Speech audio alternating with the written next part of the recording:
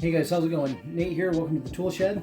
Today I have a quick review for you of the Milwaukee Fuel M12 2551-20 brushless surge impact driver. That's a mouthful. So I originally picked this up to see if it would replace my 18 volt driver, which I use in a lot of high volume applications with my job. And I'll let you know whether it did here in a minute. But first of all, let's just go through the different settings that this has on it, the different features and settings. So you've got up top, you've got your digital button change for your speeds. You've got 3 speeds and then the drill max torque setting. On the side here, you've got your battery indicator. You unlock it, there you go, so you can see how much power you got, how much juice. You got a nice LED light up front there. You've obviously got the hydraulic drivetrain in here, which really makes for a very nice quiet driver. And when you got a bigger battery on here, it sits pretty good, it's pretty well balanced, and it's got the belt clip as well.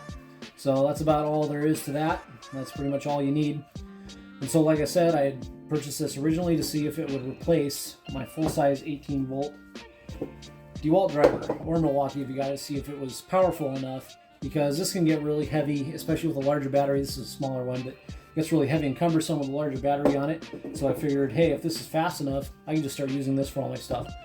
Well, it's not quite there yet, guys. This is a nice, quiet driver, and it has a lot of torque, but it just doesn't have the speed, even on the best setting, that this does. Like I said, it is quieter, but it doesn't have the speed for the high volume application. So it didn't quite replace it there, but I have found a place for this in my tool system for sure.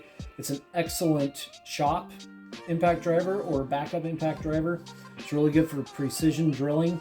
When you pull down the trigger and you're driving a screw in or something, it doesn't actually just take off immediately and strip out the screw. It starts out a little bit slower and then speeds up, so that's a really neat feature. Excellent quality, nice and compact, and so it's great for those other applications. Probably just not for your main driver if you use this all the time.